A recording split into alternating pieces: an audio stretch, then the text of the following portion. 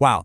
Okay, so one of the most recognizable, absolutely powerful figures in Washington is just suddenly gone. This weekend, 71-year-old Senator Lindsey Graham passed away with literally zero warning. We're talking about a seismic event here.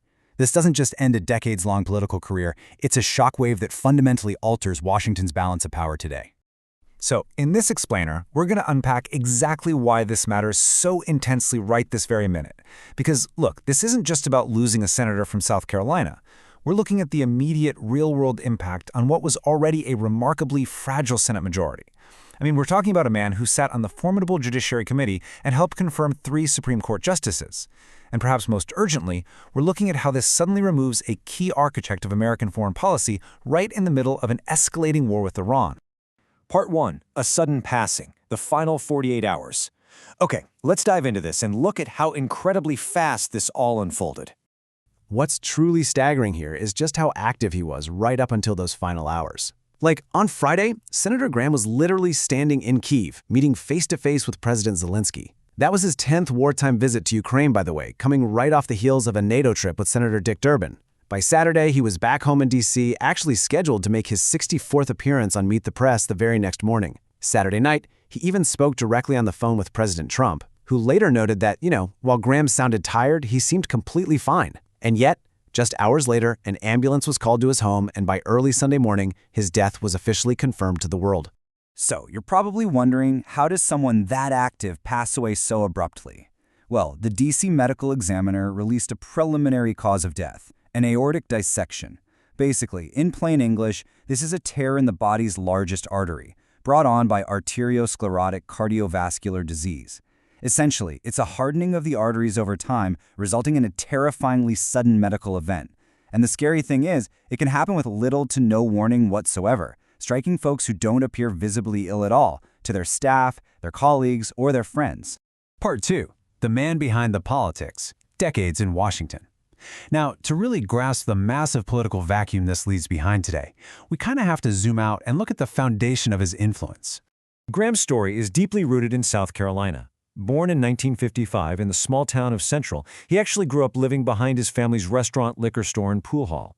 Tragically, both his parents died while he was in school, leaving him, as a teenager, to raise and eventually legally adopt his younger sister.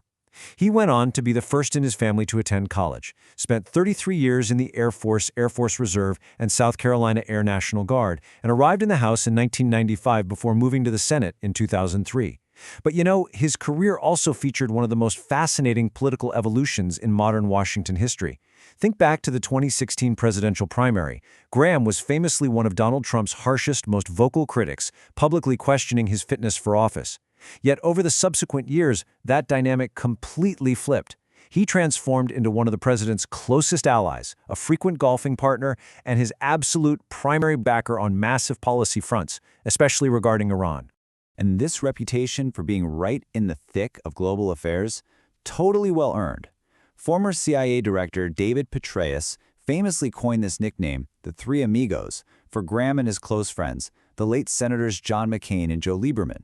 They had this whole bipartisan tradition of just showing up together in active war zones around the globe to check on American troops and assert congressional oversight. Foreign policy was literally his lifeblood. Part 3. The Senate's power shift, a fragile majority. Which brings us directly to the core of why this news is sending absolute shockwaves through Washington today. Let's look at the stark, perilous math currently facing Senate Republicans right now.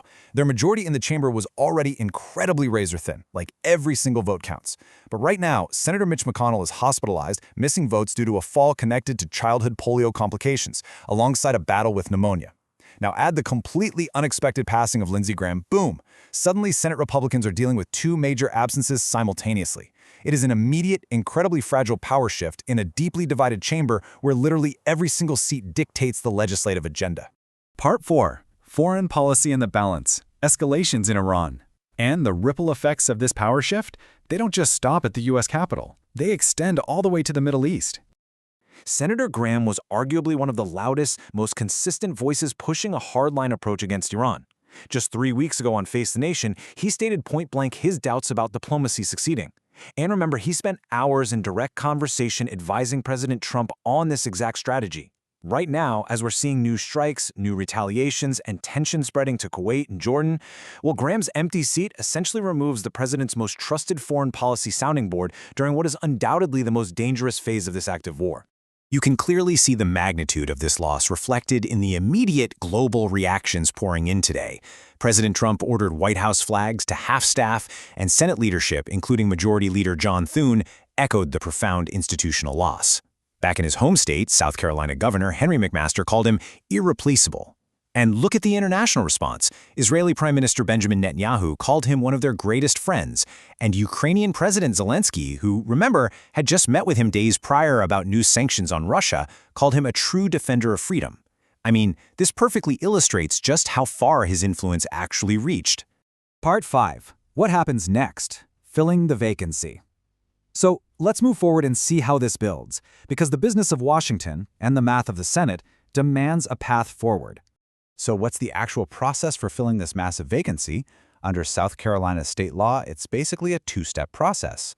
First, Governor Henry McMaster is responsible for appointing an interim senator to temporarily fill the seat. Then, step 2, a special election has to be held. But here is the major political complication, right? Graham had literally just won his fall primary for re-election, running heavily on his tight partnership with President Trump. Because of this incredibly sudden loss, South Carolina Republicans have to completely regroup and essentially restart their entire strategy for that crucial seat from scratch. Now, as an explainer, I always want to be totally upfront with you about what we know and what we don't. We really need to separate the confirmed facts from the political speculation. So what's still officially uncertain? Well, the medical examiner's findings are preliminary, so we're waiting on those final autopsy results. We absolutely do not know who Governor McMaster will appoint, nor do we have a firm timeline for the special election.